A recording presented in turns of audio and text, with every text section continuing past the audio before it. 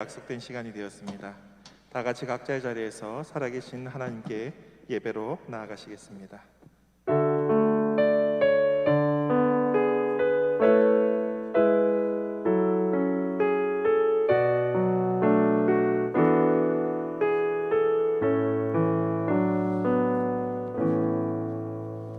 아버지께 참되게 예배하는 자들은 영과 진리로 예배할 때가 오나니 곧 이때라.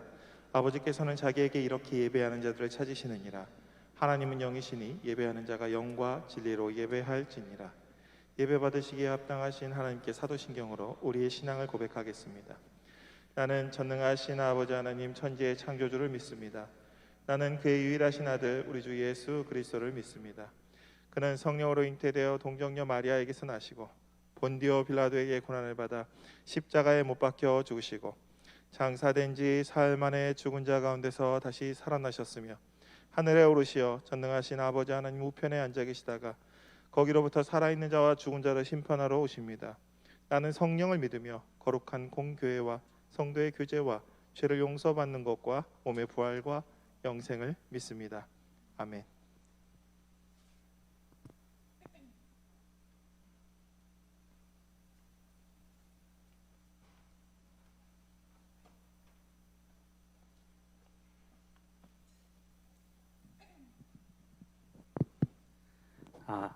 자, 여러분 한 주간도 잘 지내셨나요? 저희 예배드리면서 좀 신나게 각자 집에 계실 텐데 방에서도 좀 신나게 들썩들썩 하시면서 찬양 부르도록 하겠습니다.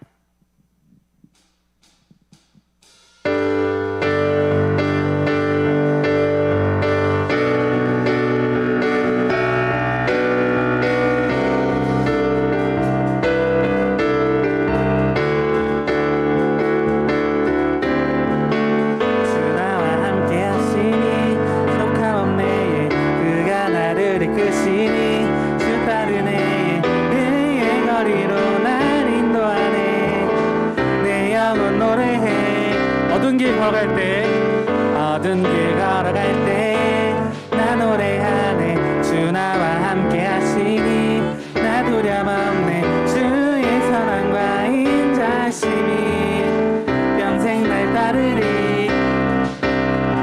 찬양 높이 계신 주께 우리 맘을 열어 높여 모든 영광 돌리세. 주 살아가는 자 주께 나와 높이세. 주 내 영원해. 한 번 더. 주 나와 이르신 주께여.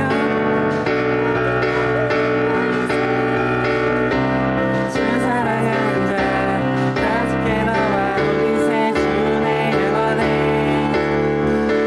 주 나와 함께 하시니 부족함 없네.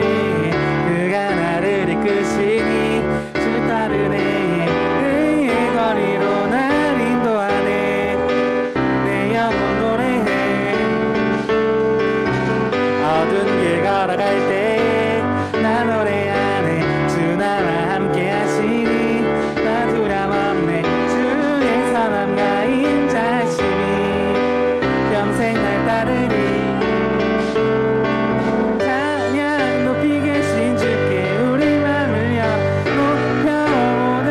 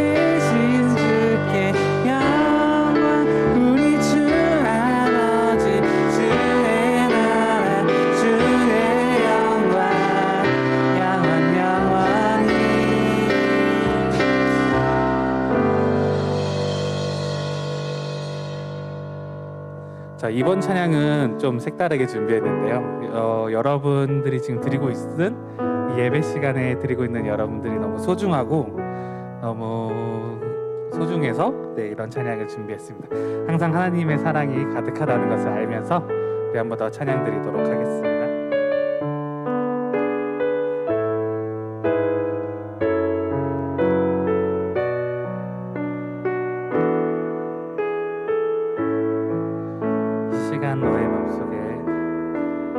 이 시간 너의 맘속에 하나님 사랑이 가득하기를 진심으로 기도해 간절히 소망해 하나님 사랑 가득하기 하나님은 너를 사랑해 얼마나 너를 사랑하시는지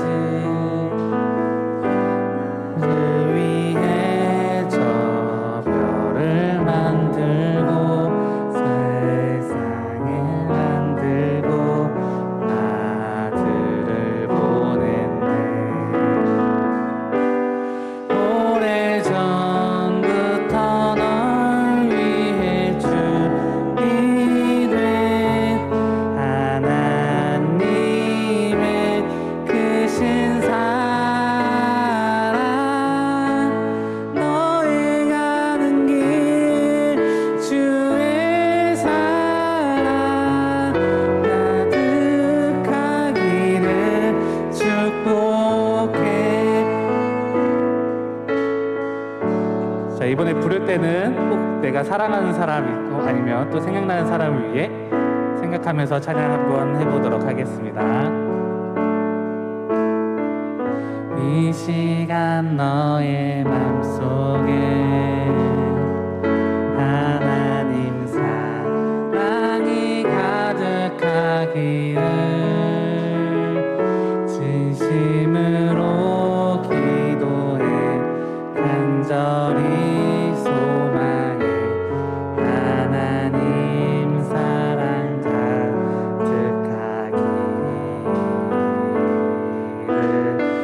하나님은 너를 사랑해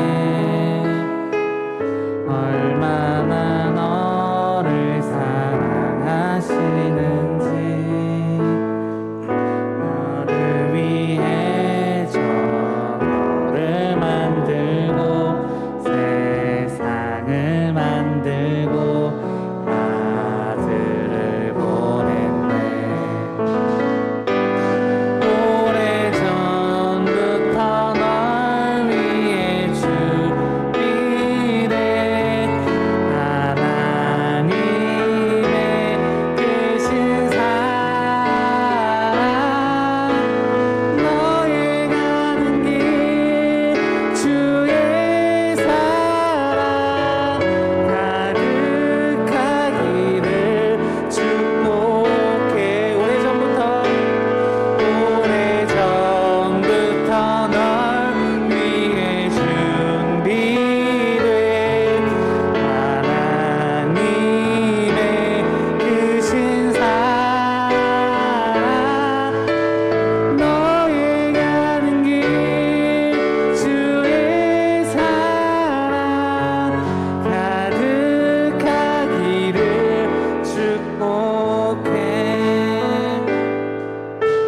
자, 우리가 이번에 기도할 때 우리가 방금 불렀던 찬양처럼 우리의 모든 계획과 우리의 삶 속에서 하나님의 사랑이 가득하고 하나님의 모든 것들이 가득하다는 것을 생각해 보면서 우리 기도해 봤으면 좋겠습니다. 때로 이루어지지 않은 것들로 인하여 혹은 세상의 것들로 인하여 상처받아서 과연 나는 누구에게 기대하고 누구에게 의지할 수 있는가를 생각해 보며 혹은 그럴 때 하나님이 떠오르지 않았고 혹은 예수님이 떠오르지 않은 우리의 마음을 한 번 더 다시금 생각해 보게 하여 주시옵시고 우리가 정말로 살아갈 때 하나님의 사랑과 하나님의 축복이 가득하다는 것을 인정하면서 우리 한 번 더 기도드리도록 하겠습니다. 하나님 하나님 아버지 감사합니다. 우리가 삶을 살아갈 때, 우리가 모든 세상을 나아갈 때 그것들로 인하여 상처받고 또 그리 되지 않음으로 인하여 상처받았을 때 과연 우리가 무엇을 위해서 하고 있는지, 또 나는 기댈 데가 없고 의지할 데가 없다라고 생각하는 것들도 있을 텐데, 그럴 때마다 오로지 나를 위로해 주시고 나를 감당해 주시고 나를 위해 모든 것들을 세우신 하나님이 계시다는 것을 알고 인정하며 우리가 그분의 사랑을 한번 느낄 수 있는 한 주간의 삶이 됐으면 좋겠습니다. 그러고도 주님 옆에 나오고 또 다른 사람들을 사랑할 수 있는 우리가 될 수 있도록 허락하여 주시옵소서.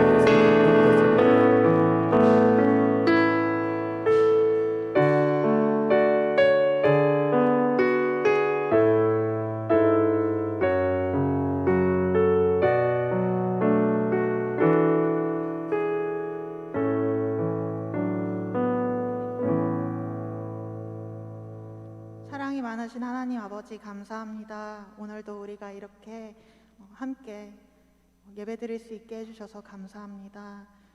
우리가 방금 하나님께 찬양 드리고 또 우리가 사랑하는 사람들을 생각하며 찬양 드렸던 것처럼 우리의 마음속에 하나님 나라가 임하게 하여 주시고 하나님의 사랑으로 우리의 주변 사람들을 돌보고 돌아볼 수 있게 하여 주시옵소서.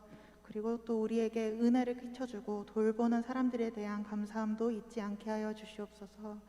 하나님, 1월도 벌써 24일이 되었습니다. 우리가 올해 초에 시작할 때 마음 먹고 또 예배 드릴 때 마음가짐과 또 삶을 살아갈 때 하나님과 함께 하고자 생각했던 많은 일들에서 어떤 사람들에게 상처받기도 하고 화나기도 하고 하나님의 생각이 나지 않을 정도로 바쁘기도 하고 하는 시간들이 많았습니다. 오늘 이 자리에서 하나님께 예배드리고 기도드리는 동안에 그 마음과 그 결심을 다시 회복할 수 있게 하여 주시옵고 우리의 마음으로서만 아니라 먼저 우리를 찾아와 주시고 우리를 우물가에서 기다려주시는 예수님을 바라볼 수 있는 예배가 되게 하여 주시옵소서.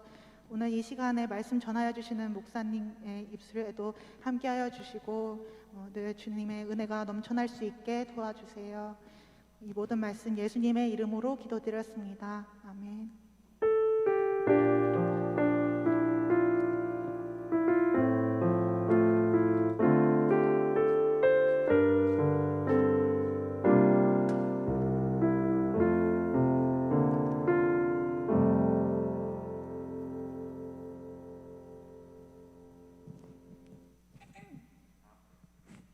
다 함께 서로 축복하는 시간 갖도록 하겠습니다.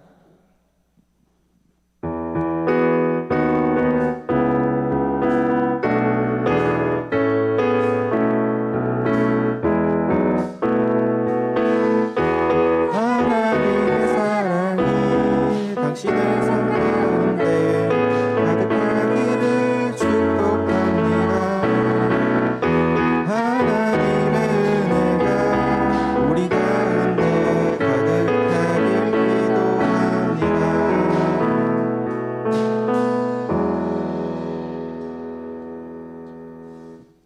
네, 청년부 광고 바로 드리도록 하겠습니다.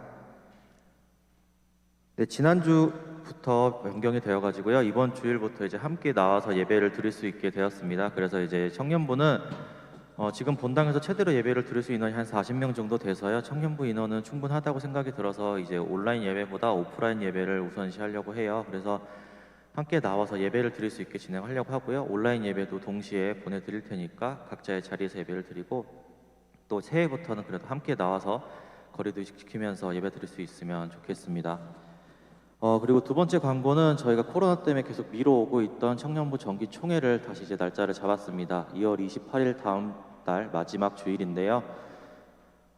새해를 준비하면서 이제 기존 임원들이 아니라 새로운 임원들 뽑고 또 단순히 저희가 지금까지 총회를 진행할 때는 임원을 뽑는 뭔가 그런 자리였는데 올해 총회에서는 앞으로 이제 정말 이렇게 거리두기를 하고 또 자주 만날 수 없는 이 시간 가운데 어떻게 청년부가 함께 교제를 하고 하나님을 섬길 수 있을지에 대해서 얘기할 수 있는 시간이 되었으면 좋겠습니다. 총회를 준비하기 위해서 또 함께 나와서 예배드렸으면 좋겠으니까요. 다음 주부터는 한 명씩 더 나와서 함께 이 자리에 모여서 예배드릴 수 있으면 좋겠고요. 또 총회를 위해서 많은 기도해 주시고 관심 가져주시고 또 온라인으로도 참석할 수 있는 방법을 저희가 준비해 볼 테니까요. 많은 참석 부탁드리겠습니다. 네, 광고 여기까지 마치고요. 목사님 나오셔서 말씀 전해 주시겠습니다.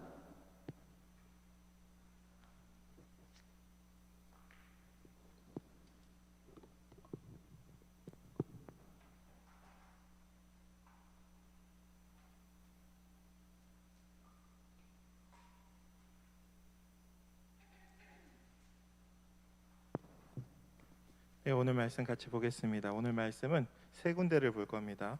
사사기 8장 1절에서 3절, 그리고 사사기 8장 22절에서 23절, 사사기 8장 33절에서 35절입니다. 제가 봉독하겠습니다. 에브라임 사람들이 기드온에게 이르되 내가 미디안과 싸우러 갈 때 우리를 부르지 아니하였으니 우리를 이같이 대접함은 어찌 됨이냐 하고 그와 크게 다투는지라. 기드온이 그들에게 이르되 내가 이제 행한 일이 너희가 한 것과 비교되겠느냐. 에브라임의 끝물 포도가 아비에셀의 만물 포도보다 낫지 아니하냐. 하나님이 이스라엘의 방백 오렙과 스앱을 너희 손에 넘겨 주셨으니 내가 한 일이 어찌 능히 너희가 한 것에 비교되겠느냐 하니라. 기드온이 이 말을 하매 그때 그들의 노여움이 풀리니라. 사사기 8장 22절에서 23절입니다. 그때 이스라엘 사람들이 기드온에게 이르되 당신이 우리를 미디안의 손에서 구원하셨으니 당신과 당신의 아들과 당신의 손자가 우리를 다스리소서 하는지라. 기드온이 그들에게 이르되 내가 너희를 다스리지 아니하겠고 나의 아들도 너희를 다스리지 아니할 것이요 여호와께서 너희를 다스리시리라 하니라. 사사기 8장 33절에서 35절입니다. 기드온이 이미 죽음에 이스라엘 자손이 돌아서서 바알들을 따라가 음행하였음에 또 바알브릿을 자기들의 신으로 삼고 이스라엘 자손이 주위의 모든 원수들의 손에서 자기들을 건져내신 여호와 자기들의 하나님을 기억하지 아니하며 또 여룻바알이라 하는 기드온이 이스라엘에 베푼 모든 은혜를 따라 그의 집을 후대하지도 아니하였더라. 아멘. 네, 오늘은 진심은 통하지 않는다 그러나 라는 제목으로 하나님 말씀 증거하겠습니다. 기드온은 하나님의 도우심으로 미디안과의 전쟁에서 크게 승리했습니다. 이로 인해서 기드온은 이스라엘 가운데 이름이 높아졌어요. 기드온은 근데 소심한 사람이었고 하나님을 만나고 나서 하나님과 함께 이와 같은 놀라운 역사에 동참을 하고 그 증인이 되는 과정 가운데 그 소심함은 뭐가 되냐면 겸손함으로 바뀌었습니다. 기드온이 사사로서 이름이 높아지고 많은 백성들이 기드온을 찬양하는 소리가 들리자 이것을 배합하는 사람들이 생겼습니다. 그 중에서도 여호수아가 속했던 지파인 에브라임 지파가 기드온을 찾아가서 기드온에게 시비를 걸었고 그리고 큰 다툼이 생겼습니다. 여기서 알 수 있는 것은 같은 민족이 이렇게 어려운 가운데 압제당하고 있었는데 이 에브라임은 그동안 방관하고 있었다는 것입니다. 므낫세가 전쟁 준비할 때에 함께 했던 지파는 아셀과 스불론과 납달리였습니다.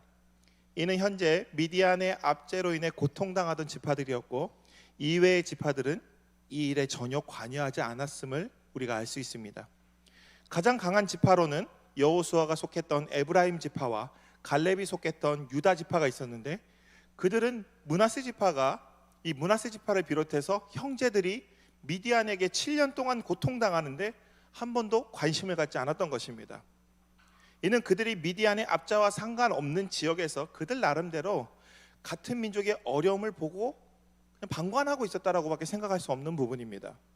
그런데 전쟁 중에 미디안의 이 두 방백을 도망치는 이 두 방백을 기드온이 추격하다가 이 두 방백이 에브라임 땅에 넘어갑니다. 그렇게 되자 기드온이 이들을 완전히 뿌리를 뽑아내려고 사자를 보내서 에브라임 사람들에게 요청을 했습니다. 도움 요청을 한 겁니다. 에브라임은 군대를 동원해서 미디안의 이 두 방백을 잡았고 그 다음에 그들을 죽여서 기드온에게 다시 가져옵니다. 이렇게 전쟁이 마무리가 됐는데 이 대지도자인 여호수아가 속한 지파였던 에브라임이 기분이 상한 겁니다. 뭐 때문에 상했냐면은 므낫세라는 작은 지파, 약소 지파가 자신들에게 말도 없이 전쟁을 한 것이 먼저 기분 나빴고 자신들에게 미디안 방백을 잡아 죽여서 그 머리를 가져오게 한 것도 기드온은 그들에게 부탁을 했지만 부탁한 게 아니라 명령한 걸로 그들은 받아들인 것입니다. 그래서 그게 기분이 그냥 좋지 않았습니다. 왠지 기드온이 나에게 명령하고 이스라엘의 지도자처럼 굴었던 게 그들이 봤을 때는 자존심이 상했어요. 네가 어디다 대고 사사고 지도자냐, 우리가 있는데. 원래 지파들 간의 그런 위계는 원래 존재하지 않았습니다. 에브라임 지파는 가나안 정벌의 가장 큰 공신인 지도자 여호수아가 속했던 지파일 뿐이며 장자 지파인 요셉의 아들의 장자 중에 세움받은 에브라임의 자손이라는 것 뿐인데 그들은 그것이 자부심이었습니다. 요즘에 제가 엄청 좋아하는 드라마 갑자기 또 드라마 하니까 또 생각이 나네요. 철인 왕후에서 계속 나오죠. 그러니까 안동김 씨하고 풍양조 씨 막 나오는데 그 가문이기 때문에 엄청난 자부심과 엄청난 그런 우월감을 가지고 있었던 것입니다. 므낫세가 그렇게 이야기한 것이 기분 나빴던 것입니다. 그가 지도자처럼 구른 게 싫은 거예요. 철종이 왕인 모습을 보이니까 보기가 싫어서 끌어내리려고 하는 그런 모습. 다들 안 보십니까? 예, 괜찮습니다. 나만 보는군요. 다들 철인왕후 다시 보기 하세요. 엄청 재밌어요. 어쨌든 이게 진짜 나 이거 뒷광고 계속 하고 있는 것 같아서 원래 이런 위계가 존재하지 않았습니다. 근데 그들은 그런 자부심이 있었어요. 명령하면 내가 하지 왜 네가 명령하냐, 이런 거죠. 에브라임은 이런 지파였기 때문이었는지 에브라임 지파에 대해서 사사기에 보면은 그들의 역할이 나타나지 않습니다. 에브라임 별로 나타나지 않아요. 그들은 강력한 힘을 보유한 지파였습니다. 유다 지파도 그랬습니다. 그런데 그들은 유다 지파의 경우는 온니엘 이후에 그렇게 크게 조명받지 않습니다. 그러니까 이들은 성경에서 꼭 어느 지파가 사라진 것처럼 사사기 내내 별로 등장하지 않아요. 꼭 문제 있을 때만 등장해서 자기네 힘자랑만 하는 것으로 잠깐 나타납니다. 이런 장면을 볼 때 이 당시 이스라엘은 같은 민족이었지만 지파들끼리 서로 연결고리가 끈끈했던 것은 아니라는 것을 알 수 있습니다. 어쨌든 에브라임 지파는 나중에 사사 입다 때에도 나중에 사사 입다가 나오는데 그때도 오늘 기드온에게 했던 것처럼 와가지고 야 네가 뭔데 우리한테 왜 우리한테 허락도 안 받고 네 마음대로 싸움을 해? 이러면서 한 번 다시 또 싸움을 겁니다. 그들이 생각했을 때 자신의 지파가 아닌 다른 지파가 그 중에서 사사가 나왔다 하니까 그게 마음에 들지 않았던 거예요. 선민의식과 자의식과인 요즘에 이런 거 확증편향이라고 하죠. 교만함입니다. 그 모든 교만한 게 이 교만함이에요. 여호수아가 고별 설교 때 나와 나의 가족은 하나님만 따른다고 했었는데 이게 여호수아의 바람처럼 되지 않고 오히려 잘못된 길에 들어있었던 것이 아닌가라고 볼 수 있습니다. 그래서 기드온에게 와서 너 왜 우리한테 말도 안 하고 미디안과 전쟁했냐고 따지는 겁니다. 이거 완전히 우리를 무시하는 행위다. 네가 날 무시했어. 왠지 갑자기 무시했어. 자주 쓰는 말이긴 한데요. 에브라임이 기드온에게 와서 기드온과 므낫세 지파를 압박했던 것입니다. 딱 봐도 이런 건 정치적인 모습이겠죠. 일 다 끝나니까 공을 빼앗으려고 온 그런 승냥이와 같은 모습. 에브라임은 자신의 위세를 가지고 기드온을 압박한 것입니다. 원래 우리가 하려던 일을 네가 먼저 선수를 쳐 이러면서 거짓말이죠. 앞에서도 얘기했던 것처럼 7년 동안 형제가 미디안에게 압제를 받고 있었는데 모른 척한 것입니다. 그런데 그런 에브라임에게 기드온은 이렇게 말합니다. 내가 이룬 것이 어찌 당신들이 거둔 승리와 비교할 수 있겠습니까? 에브라임에서 떨어진 포도를 줍기만 해도 이 아비에셀은 자기 집입니다. 우리 집 포도를 모두 수확하는 것보다 더 낫지 않습니까? 그런 말도 당신들은 들어보지 못했습니까? 자기를 완전 낮추고 있습니다. 하나님께서 당신들의 손에 미디안의 두 장군인 오렙과 스앱을 넘겨주셨습니다. 그러니 어찌 내가 지난날 한 일들을 당신들이 한 일에 비교할 수 있겠습니까? 이러면서 납작 엎드리는 겁니다. 결국 가장 중요한 적의 장수의 목은 당신들이 다 가져갔으니 이 전쟁의 진정한 승리자는 에브라임 지파 당신들이요 라고 얘기한 겁니다. 그러면서 기드온은 겸손하게 모든 공을 에브라임 지파에게 돌립니다. 그렇게 머리를 숙이니까 이 에브라임 지파도 더 이상 싸울 구실이 없는 겁니다. 그래서 3절에 바로 나오죠. 노여움이 풀렸다라고 기록합니다. 이후 남은 미디안 방백 둘을 또 끝까지 또 추격합니다. 완전히 미디안 세력을 흩어버립니다. 중간에 이 부대를 추격하는 부대를 방해했던 지역들도 있는데 그 지역들도 나중에 모두 쳐서 진멸합니다. 그렇게 전쟁을 다 마무리하고 나니까 이 기드온이 다시 이스라엘로 돌아왔는데 그때 이스라엘 사람들이 기드온에게 와서 이렇게 얘기합니다. 22절에 보면 당신이 우리를 미디안 사람 손에서 구원해 내셨으니 당신과 당신의 자자손손이 우리를 다스려 주십시오. 그러니까 사람들이 와서 뭐라고 얘기하냐면 우리의 왕이 돼 주십시오 얘기하는 겁니다. 근데 이 참 기드온은 놀라운 사람입니다. 전에 어떤 사람이었죠? 소심하고 또 겁 많고 의심 많고 그랬던 기드온이 하나님을 만나서 변하니까 이때 뭐라고 얘기했냐면 이때 되게 중요합니다. 나는 여러분의 왕이 될 수 없습니다. 내 아들도 그렇게 될 수 없습니다. 그대들을 다스릴 분은 오직 주님이십니다. 그는 왕이 될 수 있는 기회를 거절해 버립니다. 기드온은 자신들을 구원하신 하나님을 찬양하고 기념하기 위해서 이때 전리품을 만들어요. 그때 에봇을 만드는데 이 에봇은 제사장이 입는 옷입니다. 근데 사람들은 자신들을 구원한 하나님을 찬양하는 것이 아니라 그 에봇을 우상으로 섬기는 것이었어요. 이것이 기드온과 그 집의 올무가 되었다고 기록합니다. 여기서 또 이제 잠깐 봐야 되는 게 뭐냐면 형상을 만들 때는 좀 조심해야 됩니다. 제가 어제 잠을 좀 못 잤더니 계속 발음이 꼬이네요. 좀 이해해 주세요. 모세 시대에 만들었던 놋뱀이 있었어요. 모세 시대에 놋뱀이 있었는데 이는 이스라엘이 하나님께 반역해서 하나님께서 이스라엘을 심판하기 위해서 불뱀을 내렸습니다. 말 안 들어서 불뱀으로 혼내주려고 내렸는데 그때 하나님께서 모세에게 뭐라 했냐면 놋으로 뱀을 만들어 장대에 걸고 이를 보는 자는 죽지 않을 것이다. 그런데 그 놋뱀이 남아서 어떻게 되냐면 이스라엘의 우상이 됩니다. 그냥 이 놋뱀은 하나의 기념 상징이었는데 이스라엘은 그것을 어떻게 했냐면은 병 고치는 능력이 있다고 여기서 우상으로 숭배했습니다. 히스기야 시대 때 돼서야 그때서야 겨우 이 놋뱀을 쳐서 놋 조각으로 만들어 버립니다. 여러분들은 그럴 일이 없겠지만 신앙생활하면서 또 하나 중요한 게 있는데 이런 게 있습니다. 어디를 가면 병이 잘 낫는다. 어디를 가면 집안의 문제가 해결된다. 어디 가면 자녀가 잘 된다. 어디 가면 뭐가 좋더라. 예전에 어떤 대통령이 이런 얘기를 했죠. 여러분 이거 다 거짓말인 거 아시죠? 이거 거짓말입니다.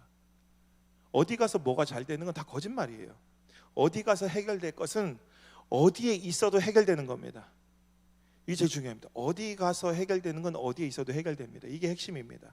어디 가서 기도하면 잘 되고 어디 가서 어떤 방식으로 어떤 분위기 속에서 찬양하면 잘 되고 그럴 수는 있습니다. 근데 환경을 완전히 무시할 수 없는 것도 있어요. 그러나 환경의 문제는 결국 우리의 신앙을 환경에 좌우되는 신앙으로 변질시킬 우려가 있습니다.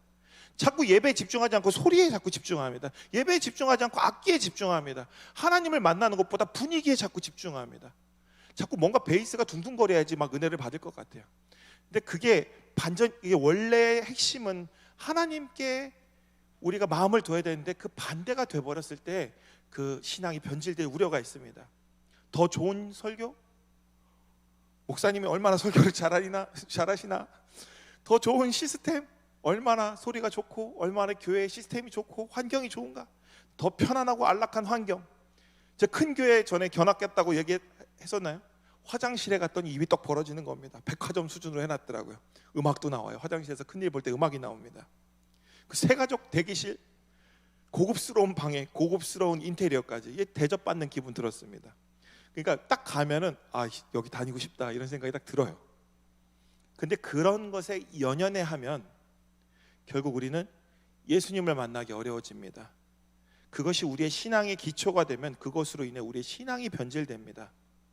뭐라고 얘기하냐면 오늘 내가 하나님을 만난 그 삶을 가지고 세상에서 사는 게 아니라 나가서 우리 교회가 어떤 교회인데라고 자랑합니다. 우리 교회는 뭐가 있고 우리 교회는 뭐가 있고 우리 교회는 누가 있고 우리 교회는 어떤 교회고 그 숫자를 자랑하고 교회 규모를 자랑하고 그럽니다.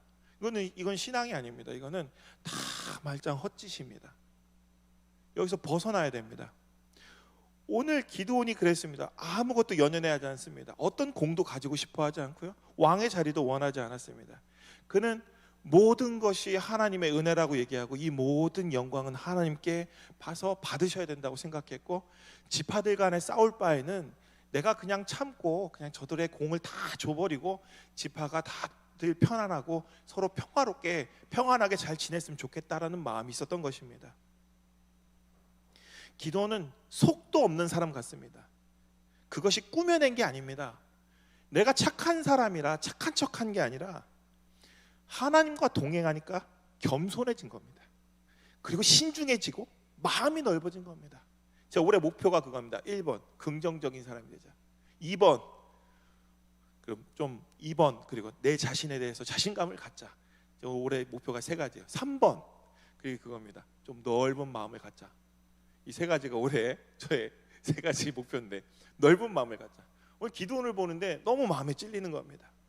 꾸며내지 않았습니다. 그는 이것이 진심이었어요. 하나님과 동행하면서 소심했던 사람이 겸손해지고, 그리고 의심 많았던 마음이 신중해지고, 그리고 그의 좁은 마음이 넓어져서 그때 하나님 만나자마자 막 따졌습니다. 하나님 어디 있길래 나한테 왜 이러십니까? 이러던 기도원이 하나님과 만나서 동행하며 그 능력을 경험하자 마음이 넓어졌습니다. 그 마음이 넓어지니까 나를 괴롭히는 사람들도 다 수용할 수 있습니다. 그리고 사람들이 나한테 뭔가를 주려고 해도 이건 내 것이 아닙니다. 이것은 하나님께서 받으셔야 되는 겁니다 라고 아무것도 갖고 싶어 하지 않는 겁니다. 그는 이전에 하나님의 사자를 만났을 때와 같이 분노하지도 않고 증거를 내보이라고 따지던 바로 그런 사람이었는데, 이제 더 이상 그런 사람이 아닙니다. 그는 하나님과 동행함으로 늘 든든하고 마음에 여유가 있는 사람이 된 것입니다. 세상적으로 얼마든지 떵떵거리며 누릴 수 있는 기회도 있었지만 그는 모든 것을 거부합니다. 그리고 40년간 기드온은 이스라엘을 다스렸다고 했는데 그는 이 마음으로 이스라엘을 40년간 섬겼습니다. 그렇게 겸손히 이스라엘을 섬기자 그 땅은 40년간 평안하였습니다. 기드온이 40년간 하나님의 뜻에 순종하며 이스라엘을 통치했습니다. 하나님 말씀에 순종하는 기드온이 통치했기 때문에 하나님의 보호하심이 늘 이스라엘 가운데 있었고, 그로 인해 이스라엘 땅은 평온할 수밖에 없었습니다. 그런데 기드온이 죽자 이스라엘 자손들은 이런 노래를 부릅니다. 이때라 이때라 이러면서 노래를 부르면서 어디로 갑니까? 바알에게로 갑니다. 바알에게로 막 달려갑니다. 우리는 이런 걸 많이 보죠. 부모님의 통제 속에서 교회를 어쩔 수 없이 다니던, 압제당하던 우리 고등부 애들이 성인이 돼서 대학생이 되자 그 통제를 벗어나자마자 교회를 떠나버리는 이게 정확한 예가 될 수 있는지 모르겠지만 갑자기 생각나는 게 이거밖에 없었어요. 이제 이스라엘은 모든 원수의 손에서 구원하신 하나님도 잊어버리고 그동안 나를 지켜주시고 보호하시고 인도해 주신, 지금까지 동행하신 하나님을 잊어버리고 하나님으로부터 떠나서 바알에게로 갔고, 더 이상 기드온의 집도 이전처럼 바라보지 않고 그 옛날의 므낫세, 이름 없는 지파의 이름 없는 집안의 약소한 한 가문으로 그냥 모른 척하고 지냈던 것입니다. 이 기드온은 늘 진심으로 이스라엘 백성들에게 대했고 하나님 뜻에 순종했습니다. 자신의 자존심도 내버리고 처음부터 없었을지도 몰라요. 자신이 왕이 될 기회도 있었지만 그는 그것도 마다하고 자신에게 주어진 사명만 열심히 감당했습니다. 늘 마음에 하나님 품고 하나님 찬양하고 하나님 기념하려고 노력했습니다. 이스라엘 백성들이 자신과 같은 마음을 품고 그들도 하나님 은혜 가운데 살 때 너희가 이 평안이 계속 될 것이라고 이스라엘 백성들에게 계속 전했을 것입니다. 자신도 일평생 말씀 안에 살았을 것입니다. 기드온이 살았던 40년간의 평안은 그렇기 때문에 가능했습니다. 그러나 정작 이스라엘 사람들에게 그의 40년간의 수고는 아무것도 전해지지 않은 것입니다. 당시 이스라엘에게는 아무것도 받은 적이 없는 사람처럼 기드온이 했던 것은 다 잊어버리고 뭔가 기억을 다 지우고 새로 시작한 사람처럼 그들은 살았습니다. 예전에 그런 생각이 나더라고요. 군대 후임병에게 정말 잘해주려고 노력했습니다. 근데 전해지지 않더라고요. 오히려 제가 친절하게 대해주고 편하게 대해주니까 나중에 무시를 당했습니다. 후에 제 마음속에 어떤 마음이 생겼냐면 이럴 줄 알았으면 그냥 독하게 혼을 내든지 애들이 기어오르지 못하게 아주 그냥 밟아줬어야 되는데, 이런 생각이 들었어요. 근데 아무리 생각해도 저는 마음이 약해서 그런 일을 못했을 거예요. 이후에도 그런 일은 정말 많았습니다. 진심은 통하겠지. 내가 너를 존중한다, 내가 너를 이해한다. 아무리 해도 진심이 통하지 않고 오히려 사람들에게 무시당하고 괴롭힘당하고 상처받는 일이 많았습니다. 사람들은, 제가 지금까지 만난 사람들은 편하게 했을 때 어떻게 했냐면 무례하게 행동했습니다. 그래서 저는 무슨 생각을 하고 있었냐면, 진심은 죽어도 통하지 않는구나.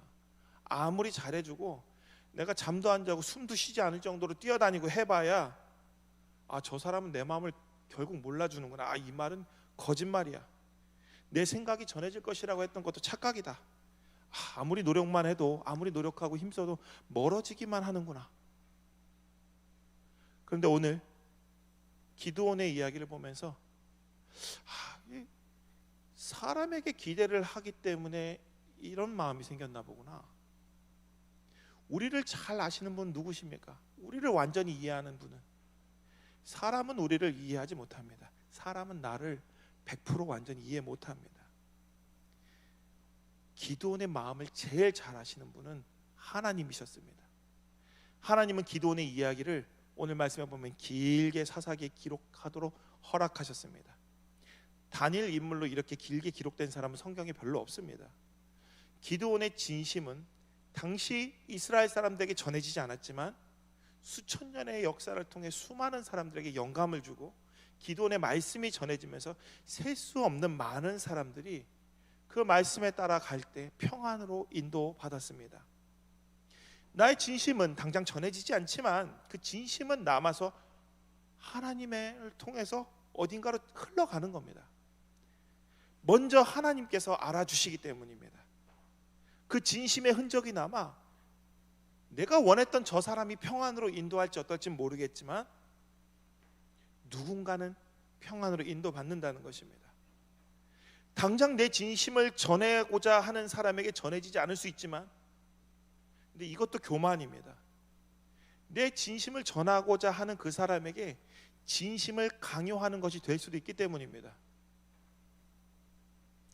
그 사람이 나에게 전혀 마음도 없는데 내가 가서 내 진심을 아무리 전해보십시오, 그것은 오히려 폭력이 될 수도 있습니다.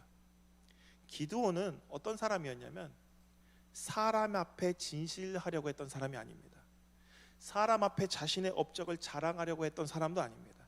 그는 모든 것이 하나님께서 하신 일임을 명확하게 알았고 그렇기에 겸손하게 어땠냐면 하나님 앞에서 진실하게 행동했던 사람입니다. 지난날 제가 기드온처럼 하나님 앞에 진실하게 행동했다면, 혹 겸손하게 행동했는지를 제가 돌아보면서 어저께 참 반성을 많이 했습니다. 저는 어떤 사람이었냐면 그냥 마음이 약하고 소심한 사람이었고 사람들에게 미움받기 싫었던 사람이었습니다. 내 나름대로 내가 가지고 있는 정의를 관철하려고 그 행동을 했던 사람이었습니다. 그 정의를 관철한 이유도 딱 하나입니다. 인정받고 싶었기 때문입니다. 사람들에게 관심받고 인정받고 싶었기 때문에 내 의를 드러내려고 했던 것도 남들이 나에게 동의함으로 인정받고 싶었기 때문이었습니다. 제 마음에 서운함과 억울함이 있었던 것도 사람에게 바로 그 보상을 기대했기 때문에, 내가 그와 같은 행동을 했을 때에 보상을 기대했는데 보상을 받지 못하니까 마음이 상한 것입니다. 그러나 하나님을 위해서 한 일이라면 오늘 기드온과 같이 그저 그걸로 충분한 겁니다. 내가 보상을 안 받아도 상관없고 하나님께서 내 마음 아시니까 그걸로 충분한 자, 그 사람은 마음이 상할 일이 없습니다. 잠언 15장 11절에 이런 말씀이 있습니다. 스올과 아바돈도 여호와 앞에 드러나거든 하물며 사람의 마음이리요. 그 어떤 것도 하나님은 다 아십니다. 우리의 마음 깊은 곳까지 하나님 다 아십니다. 우리의 진심을 알아주는 분, 우리를 완전히 이해하시는 분은 오직 하나님입니다. 그러니까 우리는 사람에게 기대를 해서 안 됩니다. 사람으로부터, 누구로부터, 어떤 상황과 환경과 거기서부터 무언가를 기대하면서 우리가 하는 모든 선한 행동이나 그것은 우리에게 상처로만 돌아옵니다. 그러나 오늘 기드온은 어땠냐면 하나님 앞에서 진실했기 때문에 하나님은 그걸 다 아셨습니다. 그리고 기드온을 통해서 오늘도 저와 같이 사람에게 기대를 품고 헛된 것에 눈을 돌리고 있는 사람들에게 영감을 줍니다. 이것이 아니었고 하나님을, 우리는 사람에게 이해를 받으려고 하는 사람이 돼서는 안 되고 하나님께서 우리의 진심을 아시니 오늘도 내가 주어진 삶의 자리에서 진실하게 살아가면 되는구나, 이 정도에서 끝을 내면 되는 겁니다. 그리고 하나님께서 우리를 거기서 더 큰 충만함으로, 은혜로 이끌어 주신다는 겁니다. 오늘 제목은 진심은 통하지 않는다 그러나였습니다. 이제 다 그 제목을 수정하려고 해요. 사람에게 진심은 통하지 않는다. 그러나 하나님은 늘 우리의 진심을 알고 계신다. 우리의 온전한 이해자는 오직 하나님뿐이십니다. 하나님 앞에 나아가는 자가 온전히 이 땅에서 참된 자유와 구원을 누릴 수 있습니다. 그러나 사람에게 진심으로 행하고 그에게 보상을 기대하는 자는 그 기대로 말미암아 이 보상을 구하는 노예로 전락하게 됩니다. 우리가 진심으로 행할 때 그 진심을 온전히 이해하고 그것에 대해서 온전히 합당한 상을 주시는 이는 오직 하나님뿐이십니다. 그렇기 때문에 하나님 앞에 진심으로 나아가는 자는 삶에서 늘 실망을 하지 않습니다. 결코 실망이 없고 후회도 없습니다. 진정한 자유와 구원이 늘 함께 있기 때문에 오늘 기드온이 왕이 되지 않은 것도 후회하지 않고 자기 자신에게 어떤 영광도 구하지 않고 모든 것을 하나님께 돌린 것도 그것이 가장 그에게 진심이었기 때문입니다. 그리고 그 진심은 오늘 저에게 그리고 여러분들에게도 전해지고 있습니다. 그러면서 우리에게 진정한 자유와 구원이 어디 있는지 영감을 주고 있습니다. 사람에게 진심이 통하지 않는다고 답답해하면 안 됩니다. 사람이 죄를 지은 이후 아담과 하와가 자신의 죄를 정직하게 고백하지 않고 꾀를 내어 다른 이에게 그 죄를 떠넘기면서부터 사람은 사람을 이해하지 못하게 되어버렸습니다. 전도서 7장 29절에 이렇게 얘기합니다. 그러나 이것 하나만은 깨달았다. 하나님은 사람을 단순하게 만드셨는데, 정직하게 만드셨는데 사람들은 공연히 문제를 복잡하게 만든다. 문제를 복잡하게 만들어서 이제는 서로 이해하지 못하는 상황에 이르게 된 것입니다. 오늘 우리는 사람에게 이해를 구하려다가 실망하면서 고통당하지 말고 하나님께 이해를 구하며 하나님 앞에 진실로 나아갈 때 온전한 체험을 얻게 될 줄 믿습니다. 이때 이 체험을 받은 그 청년이, 체험을 받은 그 사람이 어떻게 되냐면 다른 사람의 부족함을 채워줄 수 있는 사람이 됩니다. 나만 평화로운 게 아니라 옆에 사람과 함께하는 사람을 평안으로 인도하는 사람. 오늘 기도원이 그랬습니다. 40년간 자기 민족, 자기 형제, 가족들, 친지들, 나의 친구와 모든 지인들을 평안으로 인도했던 것입니다. 오늘 우리의 신흥의 청년들 모두 하나님 앞에 진실하게 행함으로 소망 없는 세상에서 우리가 먼저 소망을 얻어야 됩니다. 그리고 그 얻은 소망으로 우리가 다시 세상에 나아가 세상의 소망이 되는 참 그리스도인 되기를 간절히 기원합니다. 기도하겠습니다. 하나님, 우리가 사람에게 소망을 둘 때 우리의 삶은 늘 자유가 없었습니다. 오늘 기도는 하나님 앞에 소망을 두며 살았기에 그 어떤 것도 사람으로부터 구하지 않았고 모든 영광을 오직 하나님께 돌리며 이 땅에서 볼 때 정말 바보처럼 살았습니다. 그런 그의 삶이 그의 시대에는 인정받지 못하여 결국 이스라엘 민족으로부터 배신당하고 버림을 받습니다. 그러나 그 말씀이 살아있어 오늘 우리에게 전해지며 우리의 마음에게 영감을 주며 우리에게 감동을 주며 큰 하나님의 구원의 길을 우리에게 보여줍니다. 사람은 몰라도 나의 진심은, 나의 깊은 마음은 사람은 몰라도 하나님 늘 모든 것을 알고 계신다. 하나님께서는 기드온이 틀리지 않았다는 것, 기드온의 삶이 바르게 살았다는 것을 성경에 자세하게 기록해 두셨습니다. 오늘날 기도는 우리에게 어디에 구원이 있는지 알려주는 귀한 이정표가 되었습니다. 믿음의 본이 되었습니다. 우리도 오늘 기도원과 같이 그가 누린 구원을 누리는 신앙인이 되길 원합니다. 사람에게 어떤 것도 구하지 않고 오직 하나님께 구하며 모든 것을 하나님께 영광을 돌리는 삶, 그 속에 참된 구원이 있고 그 안에 하나님께서 주시는 온전한 평안이 있음을 주여 믿습니다. 우리가 이 믿음 가지고 날마다 신앙의 걸음 걸어갈 때 주님 우리에게 용기 주시고 우리 안에 연약함을 이겨낼 수 있게 하여 주시고 사람을 두려워하지 않게 하여 주시고 오직 하나님만 두려워하며 사람에게 이해를 구하지 않게 하여 주시고 오직 하나님께 이해를 구함으로 오늘 우리의 삶이 헛되이 당하는 고통이 줄어들고 우리 안에 기쁨과 평안이 가득하여 그 기쁨과 평안과 주 예수 그리스도의 성령으로 충만해진 우리의 모습으로 다른 사람들도 평안으로 인도하는 귀한 주님의 청년들, 우리 신흥의 청년들 다 될 수 있도록 인도하여 주시옵소서. 한 주간도 우리의 신흥의 청년들 주님 인도하여 주시고 붙들어 주시며 기도원을 통해 이스라엘을 구원하셨던 것처럼 이 시대에 우리 신흥의 청년들이 이 민족의 소망이 되는 귀한 청년들 다 될 수 있도록 주님 인도하여 주시옵소서. 주께서 붙들어 주실 줄 믿사오며 우리 주 예수 그리스도의 이름으로 기도드립니다. 아멘. 다 같이 일어나셔서 봉헌과 파송의 찬양 같이 드리겠습니다.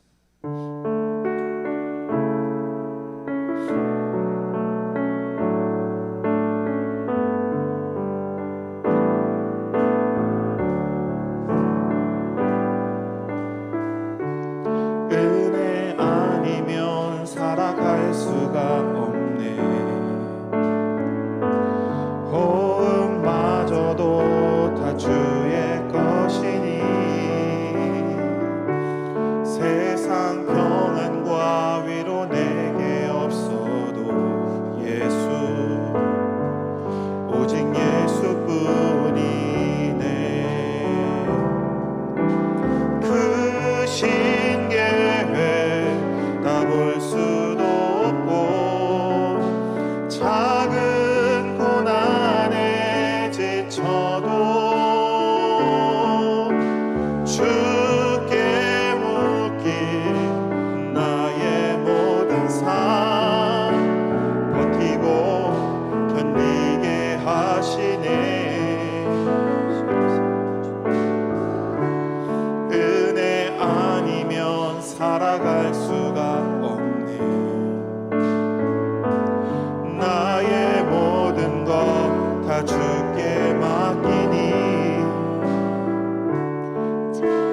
평안과 위로 내게 주신 주 예수